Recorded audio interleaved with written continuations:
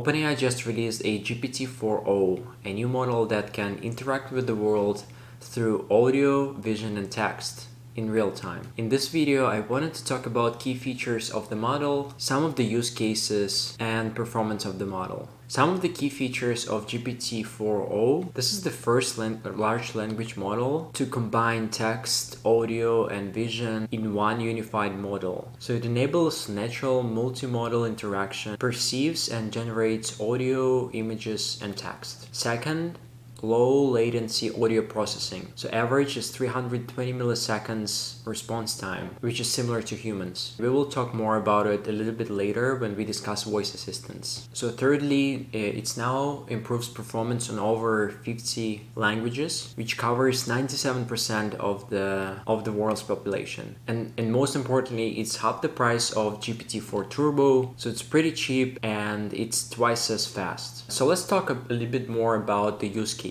The use cases are numerous since it opened up a new ways how the multimodal models can be utilized in the production. So first, let's have a look at the use case in education and tutoring. In this video provided by OpenAI, the model helps a kid with the math problem. Let's look at the problem together. Can you first identify which sides of the triangle are the opposite, adjacent, and hypotenuse relative to angle alpha? Alright, so I'm pretty sure this is the angle alpha right here, right? Perfect. Correct. Now, looking at the triangle, which side do you think is the hypotenuse?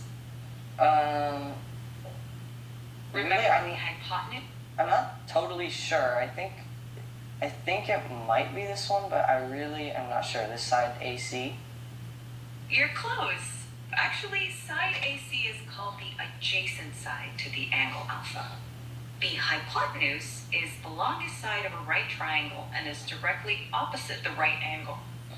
Can you find which one is the hypotenuse? Oh, okay, I see. So, Nice. So as you can see, it has a very natural kind of way of conversing with the student, and it's been able to guide the student through the problem, and instead of just giving an answer, trying to let the person find out on their own and solve the problem. So there is definitely a potential with tutoring and those kind of educational assistance to appear more and more with this model. So the next use case is a real-time translation. This video showcasing a real-time translation between the English and Spanish speaker. Hey, how's it been going? Have you been up to anything interesting recently? Hola, ¿cómo te ha ido? ¿Has hecho algo interesante últimamente? Hola, bien. Sí, un poco ocupado aquí preparando un evento para la semana que viene. Hey, I've been good. Just a bit busy here preparing for an event next week. Can you tell me anything about it? That sounds really interesting. ¿Me puedes contar algo sobre eso? Suena realmente interesante. No puedo decir mucho. Nice. So as you can see, the latency is very low and the conversation goes very smooth. So there is no like awkward waiting for the model to come up with an answer. And also it sounds very natural. Yes, the voice capabilities of the model are quite phenomenal. I can see that it will be more and more common to interact with the AI assistant through the voice rather than through the text. And low latency is very important while building those AI voice assistants. The average human reaction is about 200 milliseconds. So when someone is talking to a voice assistant and the pause between you finish your question and the assistant answering it, when it's greater than that, this is where you really start noticing that you're talking to AI. So something like this become really important when you start building those type of voice assistant that sound very natural. And the thing that enables this is streaming. So what streaming is, it's basically when the assistant is providing a response. So instead of just providing the whole response back to you at once, it's providing each chunk that it come up with, or each word that it come up with, one at a time. So it's basically the same as I'm talking to you right now. So I'm thinking one word at a time and I'm saying it. So let's see how natural does the conversation sound now. Here's an example how GPT can be sarcastic if it's interacted to. Let's have a look. Hey Chad, are you there? Hey, yep, I'm here. What's up? Hey, let's have some fun. I'd like you to be super sarcastic. Everything you say from now on is just gonna be dripping in sarcasm. How does that sound? Oh, that sounds just amazing. Being sarcastic all the time isn't exhausting or anything. I'm so excited for this. Nope, the sarcasm. Let's get this party started. Or whatever. So those voice tone changes that you heard just now, this was definitely not available before. So you can see how much the model has improved since the last updates. Let's have a look at one more example. And in this instructions, it was asked to harmonize a deep low voice with the high pitched voice and sing a song about San Francisco. Just listen to how great and natural this is. But maybe make it more dramatic and make the soprano higher.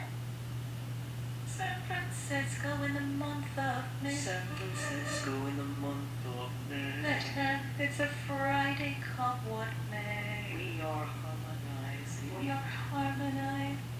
Great, thank you. On their website, OpenAI also provide an example of some of the capabilities of the model. And here's the one about meeting notes with multiple speakers. I found it quite interesting how the model was able to basically understand the meeting, summarize it, and transcribe it. So the user asked how many speakers in this audio and what happened, and then they attached basically the recording of the meeting. You can do with the new product. Excellent. And you are good at English. User interfaces are. I'm going to look at the technical design from the user point of view. So the model said that there are 4 speakers in this audio. It sounds like a project meeting where the project manager Mark is introducing himself and asking the team members to introduce themselves and state their roles. So it basically goes about the summary of the whole meeting. And then the user asks, can you transcribe it with the speaker name? So it was able to transcribe the whole meeting, stating who is talking. So it starts with Mark, okay, good morning, it's our first meeting, and yeah, the whole meeting was transcribed. So in this type of tasks, the great transcribing capabilities of the model comes very handy. So what's about availability? So GPT-4o is currently available in the OpenAI API as a text and vision model. OpenAI announced that in the coming weeks, support for GPT-4o's new audio and video capabilities will be provided to the small group of trusted partners in the API. And finally, OpenAI announced that in the coming months, it will release a ChatGPT desktop app with GPT-4o capabilities, adding to the web and mobile versions of AI technology. So to sum it all up, GPT-4o is a very impressive model that has a lot of applications from education to customer-facing agents. The voice capabilities has been significantly improved since the last update, and the combination of text, voice, and vision makes it a much superior multimodal model compared to other providers. Alright, so that's it for today. Thanks for watching and stay tuned for more videos on AI applications.